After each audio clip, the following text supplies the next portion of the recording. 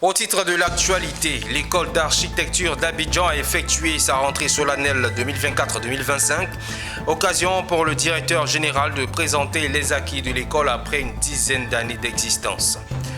Le mois d'octobre dédié à la lutte contre le cancer du sein, les organisations réaffirment leur engagement contre ce mal, notamment l'ONG Vie et Santé qui a initié un pain party avec comme bonus des dépistages gratuits. Le président de la Fédération ivoirienne de taekwondo, Jean-Marc Yassé, était en conférence de presse. Une rencontre pour lever les zones d'ombre relatives à des informations évoquant sa destitution aux commandes. Et la coordination des enseignants solidaires du premier et second degré de Côte d'Ivoire était en conférence de presse également, servant à faire le bilan du mot d'ordre de grève observé.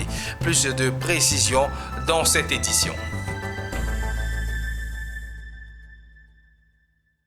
Madame, Monsieur, bienvenue. Vous faites bien de suivre l'actualité sur Business 24 Africa, la chaîne au cœur de l'information économique. Le président du conseil d'administration de l'école d'architecture d'Abidjan, les architectes et les étudiants étaient tous mobilisés pour l'organisation d'une rentrée solennelle 2024-2025. À cette occasion, le directeur général, les enseignants et les étudiants ont démontré en présence des parents d'étudiants et des invités que l'école d'architecture d'Abidjan a désormais une notoriété nationale et internationale après une dizaine d'années d'existence. Le point avec Djekou De Silva et Tima Traoré. Ils étaient tous là pour cette rentrée solennelle de l'école d'architecture d'Abidjan. Enseignants, étudiants, parents d'élèves et architectes. À cette occasion, plusieurs étudiants ont été primés par l'administration de l'école d'architecture d'Abidjan. À la fin, je voudrais donc solennellement déclarer ouverte la rentrée académique 2024-2025 et plein succès à tous les élèves au sein de cet établissement. Bon, alors je voudrais dire d'abord aux parents qu'un investissement pour qu'il puisse être rentable, il faut mettre en œuvre tous les mécanismes. Donc eux, ils ont leur rôle, ils ont leur part à jouer. Que les enfants qui viennent à l'école, qu'ils s'assurent que les enfants viennent effectivement à l'école et que les enfants fassent leur devoir à la maison. Donc les parents ont un rôle de surveillance du travail de leurs enfants. Lors de la conférence inaugurale, l'architecte Armand Ajanvon a déploré l'architecture qui ne prend pas en compte le développement durable. Ces forêts jouent un rôle important dans le développement durable dont on parle. Les ressources naturelles devraient être préservées pour avoir un équilibre entre le bâti et le non bâti. Cet équilibre-là, ça participe justement à ce qu'on appelle au développement durable. Mais il n'est jamais trop tard. Mais je reviens dessus, que les autorités commencent à voir les impacts négatifs et sont en train de chercher des corrections nécessaires pour rétablir un tant soit peu cet équilibre-là. L'école d'architecture d'Abidjan est créée en 2014 et a ouvert ses portes en 2015. C'est un établissement privé d'enseignement supérieur créé par le Conseil national de l'Ordre des architectes de Côte d'Ivoire. L'établissement forme les futurs architectes, bâtisseurs de la Côte d'Ivoire émergente pour qu'elle puisse répondre au rendez-vous de la mondialisation. L'Académie des arts de la communication et des médias a procédé à la remise de diplôme de sa toute première promotion le samedi dernier à Cocody-Angré. Au nombre de 5, tous formés en journalisme, ces nouveaux diplômés ont reçu leur parchemin, des tableaux d'honneur et des attestations de compétences en présence de leurs parents et des professionnels du secteur. Retour sur cette cérémonie de graduation avec Ami Korobara. Ils sont la toute première promotion de l'Académie des arts de la communication et médias à obtenir leur diplôme en journalisme après 9 mois de formation pratique. Souris aux lèvres, ces diplômés ont reçu leur parchemin des mains de la directrice de l'école ainsi que des tableaux d'honneur et des attestations de compétences. Fiers d'obtenir ce sésame, ils se projettent déjà dans le monde professionnel. Vraiment, je suis honoré d'avoir reçu cette formation-là de Madame la fondatrice, Mademoiselle Karel Octave, qui vraiment a usé de sa détermination et de son professionnalisme dans ce métier-là pour nous enseigner vraiment les valeurs qu'il fallait avoir et user dans le domaine de la communication. Je suis fière de faire partie de cette école et je voulais tout d'abord dire merci à Madame Karel Octave qui, je disais tantôt, nous a appris plus que des concepts théoriques. Elle nous a inculqué des valeurs, elle nous a montré des compétences vraiment essentielles pour entrer dans ce monde de la communication moderne, à venir avec beaucoup d'enthousiasme. Je sais que ce diplôme est une porte vers de nouvelles opportunités et aussi des défis. En présence de leurs parents, ils ont été félicités et ont reçu des conseils avisés de la part de professionnels du domaine, parmi lesquels David Mobio, journaliste à la télévision nationale. La fondatrice de l'école, également journaliste, s'est félicitée de la réussite de cette première promotion et envisage de meilleures perspectives pour l'avenir. Insatisfaite, je ne suis pas satisfaite du tout, pour l'instant en tout cas du résultat, parce que je n'ai pas encore atteint mes objectifs, mais je peux me féliciter quand même parce que je sais que ça n'a pas été facile, ça a été très difficile, tout entrepreneur le sait, et j'ai pu quand même arriver au bout de cette première session et je glorifie le nom du Seigneur pour cela. J'espère que justement on pourra continuer, on pourra faire mieux et on pourra, pourquoi pas, atteindre nos objectifs futurs. L'Académie des arts de la communication et médias, ouverte en 2023, privilégie la pratique dans son approche avec pour slogan « Apprenez, pratiquez et devenez professionnels ». Cette école se distingue par une formation intensive de 9 mois, alliant théorie et pratique, afin de préparer ses étudiants à devenir des professionnels compétents. Cette cérémonie de remise de diplôme s'est achevée avec la passation des flambeaux à la prochaine promotion. Et toujours dans le domaine de la formation, pas évident de trouver des aménageurs fonciers dignes de ce nom dans le milieu immobilier. Ce secteur en pleine réforme demande d'être qualifié pour éviter de tomber sous le coup de la loi. À cet effet, le groupe Sabaoth Expertise, cabinet de formation spécialisé en aménagement foncier, a certifié une dizaine d'auditeurs après une formation intense. Cette première promotion, baptisée Résiliente, a été célébrée ce week-end. Le commentaire est signé Zénab Dosso. Promotion Résilience. Promotion Résilience. C'est la première promotion en aménagement foncier. La promotion baptisée Résiliente est prête à faire ses pas dans le secteur de l'immobilier. Désormais qualifiés en aménagement foncier et gestion de projets de lotissement, ils mettront en application tous les textes de loi assimilés durant leur formation. Alors, ce sont des formations de certification spécialisées et qui accompagnent les impétrants dans leur carrière au niveau du ministère de la Construction, surtout le foncier.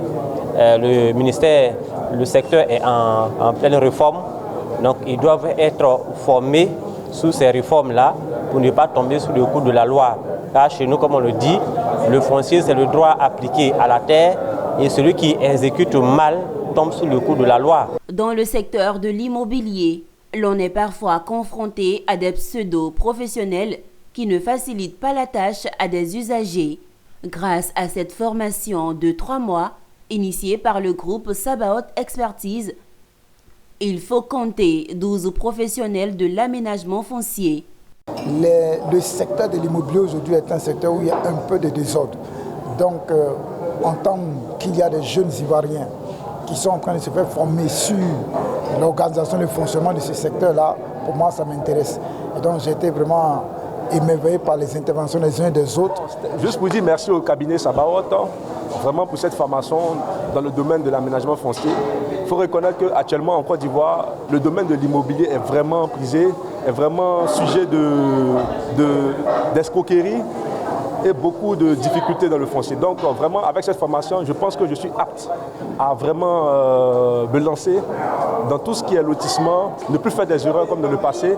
Depuis 2021, le groupe Sabaoth Expertise a certifié plus de 150 auditeurs jusqu'à ce jour. Il est spécialisé en aménagement foncier, manager senior promoteur immobilier en bâtiment et en gestion locative.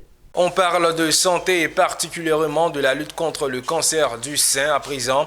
Vous le savez, le mois d'octobre est un mois dédié à la lutte contre le cancer du sein et toutes les organisations réaffirment leur engagement contre ce mal.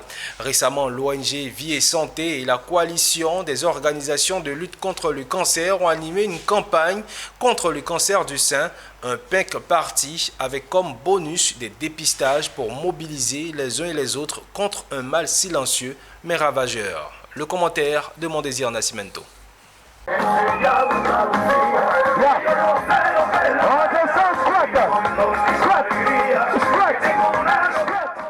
Ici à l'espace Sol Béni, le temps est au fitness.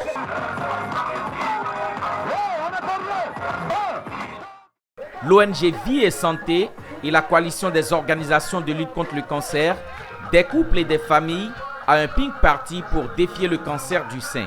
L'initiative est devenue une tradition et s'inscrit dans les activités du mois d'octobre, dénommé Octobre Rose, une lucarne nationale pour sensibiliser. Sensibiliser et mobiliser toutes les couches sociales pour lutter contre le cancer du sein, un redoutable et silencieux tueur de femmes. Maître Fatou Fatiga Koulibaly, présidente de l'ONG Vie et Santé, par ailleurs PCA de la COLC, en prenant les rênes de cette sensibilisation, veut faire appel à la responsabilité individuelle et collective pour réduire le cancer du sein qui a endeuillé en 2022 plus de 2000 familles. Aujourd'hui, c'est vraiment de passer le bon message. Femmes, venez vous faire dépister. Jeunes filles à partir de 19 ans, venez vous faire dépister. L'ONG Vie et Santé Côte d'Ivoire est membre de la coalition des organisations de lutte contre le cancer. Et c'est une coalition qui regroupe 25 membres, 25 associations. Actuellement, les équipes sont déployées sur toute l'étendue du territoire national pour passer le message, le bon message, qui est qu'il faut se faire dépister. Il ne faut pas avoir peur d'aller se faire dépister. C'est la seule façon de vaincre le cancer du sein. Face à la maladie, il y a la vie, il y a de l'espoir.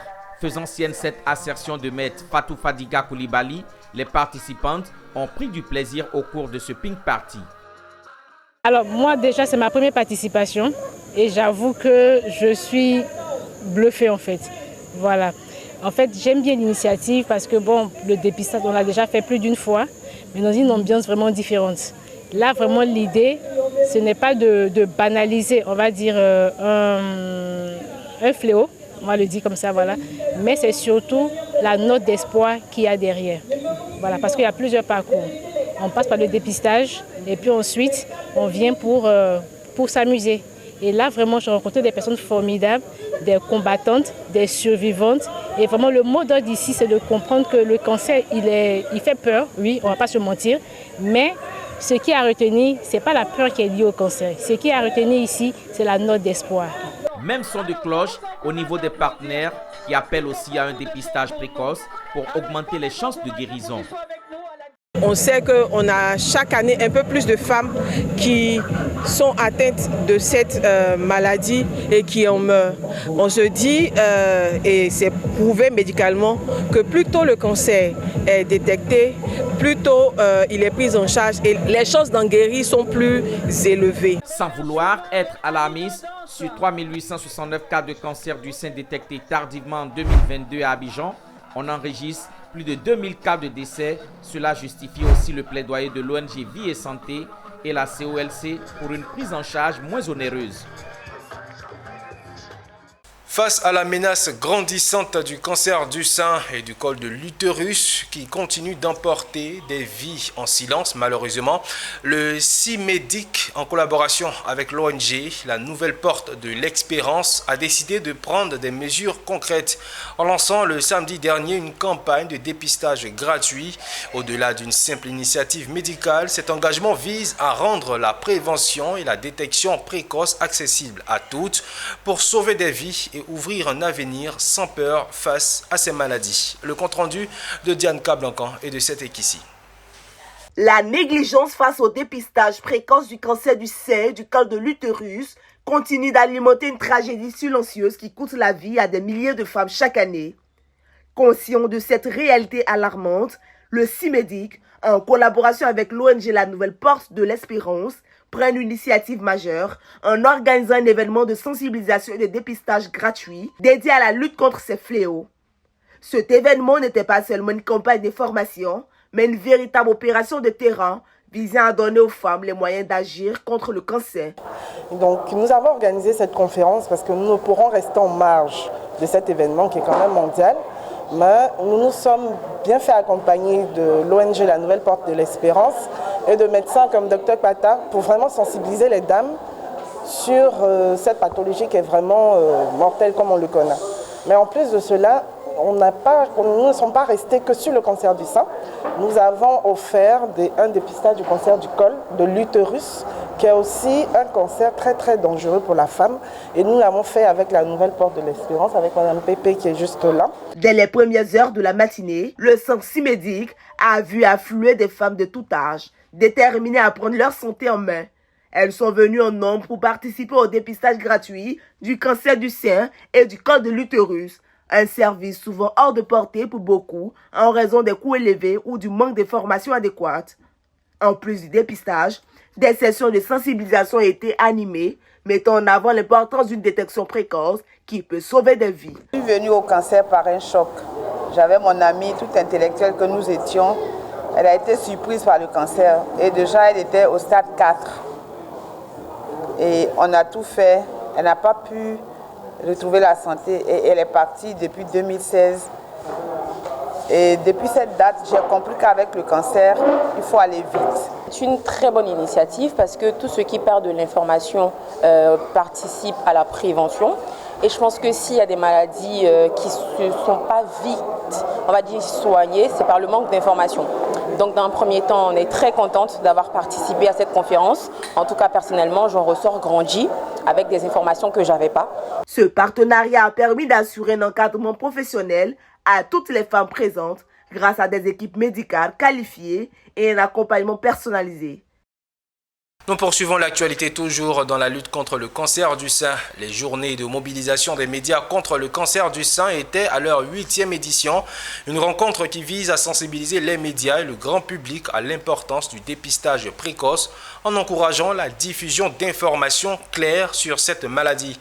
Cette année, le thème choisi est dédramatiser l'information sur le cancer du sein pour mieux le combattre. Le lancement de ces journées a été suivi par nos reporters. Pour plus de détails, suivons le commentaire de Zénab Dosso. Le cancer du sein ne tue pas. Il peut se guérir et cela est possible lorsque la maladie est découverte tôt. C'est ce message important que la 8e édition des journées de mobilisation des médias contre le cancer du sein s'emploie à délivrer à la population, notamment aux femmes. Les médias ont un rôle essentiel d'information pour lutter contre cette ignorance et je pense que cette synergie fera que la vie sera la plus forte. Selon des données du ministère de la Santé en 2022, plus de 21 000 nouveaux cas de cancer du sein ont été dépistés avec plus de 14 000 décès enregistrés. Ces chiffres font peur et même le nom de ce tueur silencieux. L'ONG Ecomédia contre le cancer du sein veut dédramatiser les informations sur cette maladie afin de sauver des vies. Notre engagement est né du fait qu'en Côte d'Ivoire, le cancer du sein, qui devrait ne pas tuer, tue nos mamans, nos femmes. Et ce qui a attiré notre attention, c'est le taux de détection tardif qui est à 75%. Je pense qu'il y a eu un véritable impact parce qu'aujourd'hui, on peut le savoir, lors des campagnes de sensibilisation et de dépistage que nous organisons, à travers les communes du district d'Abidjan, les femmes sortent de façon spontanée. Elles vont se rendre à l'hôpital de façon spontanée et ça, c'est grâce aux acteurs de médias. La 8e édition des journées de mobilisation des médias contre le cancer du sein enregistrera des tables rondes animées par des professionnels de médias. Cet événement reflète la volonté de briser les tabous et de renforcer la lutte contre le cancer du sein. Intéressons-nous au sport à présent. Ce lundi 21 octobre, le président de la Fédération ivoirienne de taekwondo, Jean-Marc Yassé, était en conférence de presse dans ses locaux du centre ivoiro-coréen à Adjamé. Cette intervention du président vient lever les zones d'ombre relatives à la sortie récente de certains acteurs, évoquant sa destitution aux commandes de cette fédération, contrairement aux tests en vigueur. On en sait davantage avec Michel Brou et cette équipe. Nous voulons dire merci à tous nos frères qui sont en face, c'est-à-dire nos frères de la presse, pour qu'une fois, pour toutes, les réalités soient transmises en temps et en heure.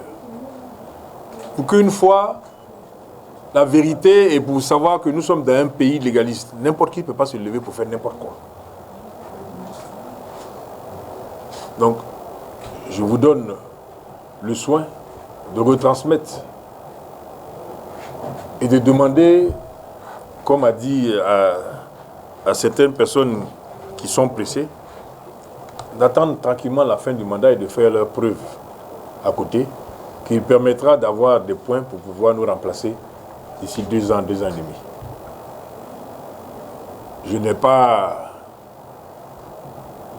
d'animosité contre quelqu'un, mais je ne permettrai pas que des gens viennent d'abord souiller et salir mon nom, parce que c'est mon nom qu'ils ont balancé dans la presse pendant ces 24 heures.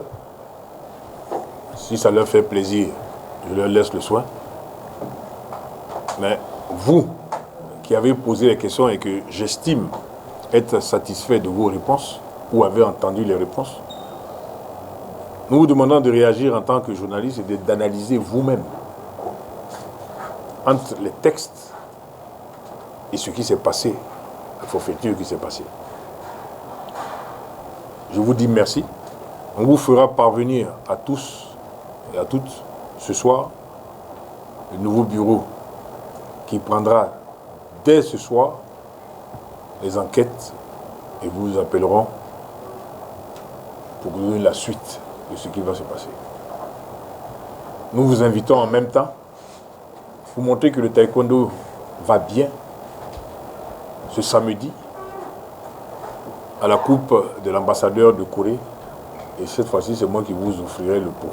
Merci encore et excellente semaine à tous et à toutes. La coordination des enseignants solidaires du premier et du second degré de Côte d'Ivoire a tenu un point de presse ce mardi à son siège à Yopougon. Un point de presse qui a servi d'une part à faire le bilan du mot d'ordre de grève observé les 15, 16 et 17 octobre dernier et d'autre part les actions à venir du syndicat. Je vous propose d'écouter la déclaration suivie par notre reporter Philippe Zabo. Face aux conditions de vie et de travail de plus en plus difficiles, les personnels du système éducatif de Côte d'Ivoire ont exprimé leur vœu légitime d'obtenir une prime d'incitation, et ce, depuis 2007. Depuis lors, aucune volonté concrète des autorités n'a été observée dans la résolution de cette épineuse question, qui polarise l'attention et l'espoir de tous les personnels du ministère de l'Éducation nationale et de l'alphabétisation. Au regard de cette léthargie des autorités, la CECI, membre de la FEFERCI, fêtière en lutte pour l'obtention de la prime d'incitation, a décidé d'engager le combat en faisant respecter scrupuleusement le mot d'ordre de grève des 15, 16 et 17 octobre 2024. Grâce à cette mobilisation exceptionnelle qu'elle a suscitée, nous avons aujourd'hui la mise sur pied du comité consultatif de la fonction publique, l'organisation d'un atelier du ministère de l'Éducation nationale et de l'alphabétisation pour plancher sur la question de la prime d'incitation. La forte médiatisation de la question de la prime.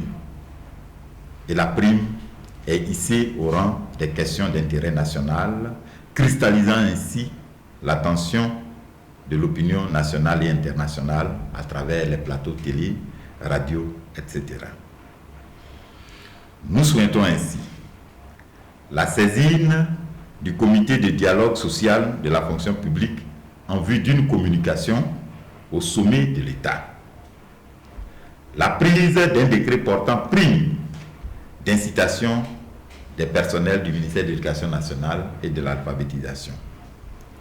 La CECI et la fêtière, qui est la FEFERCI, se donnent ainsi le droit de réagir en cas de louvoiement et de léthargie des autorités. Autre chose à présent, le nouveau coordinateur de la génération gagnante de la région de San Pedro s'est vu remettre un certificat de nomination. Un geste qui le rend opérationnel, lui et son équipe, dans le Bassa Sandra, qui a pour but, cette organisation, d'accompagner les actions du gouvernement. Walter Kofi et Wilfried Yao. Ils sont en mission, celle de l'implémentation du mouvement citoyen Génération Gagnante, dans le Bas-Sassandra. Une équipe avec à sa tête Konaté Lassina investit ce jour comme le nouveau coordinateur de la génération gagnante à San Pedro. Remerciant ses pairs, notamment le député maire d'Adjamé Farikou Soumaoro, le nouveau coordinateur de la GG de San Pedro entend soutenir les actions du gouvernement dans la cité balnéaire. Après cela, une mission nous a été assignée. La mission, c'est celle de réussir l'implantation de GG au niveau de la région de San Pedro avec ces 2 départements. Et nous avons pris acte dès notre retour avec les autorités administratives politiques de la région de San Pedro. Nous allons nous atteler à réaliser ce premier objectif-là. Au-delà de ça, GG est un mouvement citoyen qui est mis en route pour accompagner l'action gouvernementale. Et donc nous nous mettons au travail pour que les objectifs de GG soient atteints. En d'autres termes, rapidement, actuellement il y a la révision de la liste électorale qui va commencer. Ce sont des actions gouvernementales. Or, GG est là pour accompagner le gouvernement. Donc nous serons là pour accompagner ces grandes actions. La génération gagnante est un mouvement citoyen pour soutenir, appuyer, relayer et accompagner efficacement l'action gouvernementale qui a permis à la Côte d'Ivoire de renouer avec la croissance économique et sa stabilité.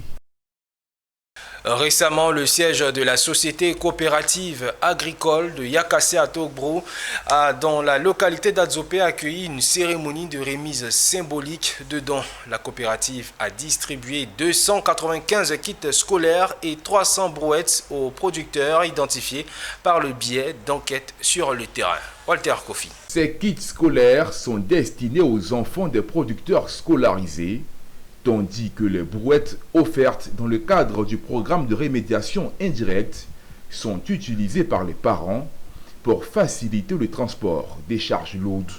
Cette mesure a pour objectif de réduire la participation des enfants aux tâches pénibles dans les plantations. Les producteurs bénéficiaires ont exprimé leur gratitude pour ce don. Grâce à Kayet aussi, j'ai bénéficié des kits scolaires pour mes enfants. C'est pourquoi je dis merci à Kayet pour que ça avance, pour qu'on puisse bénéficier toujours plus que ça. Aujourd'hui, je suis dans la joie parce que mes enfants ont reçu les kits scolaires à travers la coopérative et ses partenaires. Je remercie beaucoup la coopérative pour son travail bâti. Anita Akafou, agent de suivi et de remédiation du travail des enfants, a profité de l'occasion pour rappeler aux parents, encore réticents, l'importance de mettre fin au travail des enfants dans les champs. Il y a des enfants qui bénéficient des kits scolaires, ceux qui sont scolarisés, des enfants travailleurs scolarisés, eux, ils bénéficient des kits scolaires. Maintenant, les enfants qui ont fait des ports de charges lourdes, eux, on leur donne des brouettes. C'est une remédiation indirecte en faveur de l'enfant. Maintenant, il y a d'autres qui ont fait ceux qui font des objets, qui font le cabossage avec des objets tranchants. Le nettoyage avec les objets tranchants, à eux, on leur donne des pelles bongo. Fondée en 2010 avec 283 membres, la coopérative agricole de Yakassé à Togbrou, Kayak, compte aujourd'hui 3318 acteurs affiliés, certifiés commerce équitable, agriculture durable et associations. La coopérative a reçu le 5 août dernier le prix d'excellence de la meilleure coopérative agricole de culture pérenne et d'exportation, remis par le vice-président de la République de Côte d'Ivoire. Saumon et Pélétéménin, 2 villages de la commune de Sirasso, ont bénéficié de pompes à motricité solaire d'un montant de 20 millions de francs CFA. Le maire de la commune, Sekongo Pélénion Siriki, a procédé ce mercredi à la remise officielle de ces équipements. Cette initiative, selon le premier magistrat, vise à améliorer l'accès à l'eau potable et à favoriser le développement durable dans ces localités. Le commentaire de Mon Désir Nascimento. Les populations des villages de Saumon et Pélétiémini sont en fête. Pour cause, elles viennent d'être dotées de pompes à motricité solaire. D'un coût global de 20 millions de francs CFA, ces infrastructures communautaires de première nécessité visent à améliorer l'accès à l'eau potable et favoriser le développement durable dans ces localités. Une avancée notable dans son programme de gestion, soulignée par Sekongo Pelignon Siriki, maire de la commune de Sirasso. C'était une promesse de campagne. Nous avons demandé à la population de Saumon de nous voter et on leur a dit, on leur a fait deux promesses. La promesse de transformer cette pompe, la pompe archaïque en pompe à motricité, disons, à le système énergie solaire. Je pense que c'est là, en moins de 6 mois de notre prise de service, la pompe est là, elle fonctionne en merveille. Ils n'ont pas à se fatiguer, ils ouvrent comme à Abidjan, comme dans les grandes villes, et l'eau vient. Et cette eau n'est pas comme celle des pompes à motricité humaine. Elle est filtrée, elle est propre et elle est débarrassée de tout ce qui est microbe. Voilà le sens de l'action du maire, protéger sa population, permettre à sa population de bénéficier de l'eau potable de bonne qualité. Les villageois réunis pour l'occasion ont exprimé leur gratitude envers la municipalité pour cet investissement qui contribue au bien-être des populations. Ils nous ont promis beaucoup de choses. S'il était élu, il allait construire un château et une école pour le bien-être de la population. Et là, il vient de nous offrir le château et maintenant, on ne se bouscule plus pour aller chercher de l'eau comme on le faisait avant. Et ça nous aide beaucoup. Donc que Dieu nous bénisse. En plus de ces pompes, le maire a remis du matériel didactique et des tables bancs d'un montant de 27 millions de francs CFA aux établissements primaires de la commune. Il faut souligner que ce projet est une initiative du conseil municipal de Sirasso. Et voilà qui met un terme à cette édition. Merci à vous de l'avoir suivi. Restez en notre compagnie. Le programme se poursuit sur la télé utile.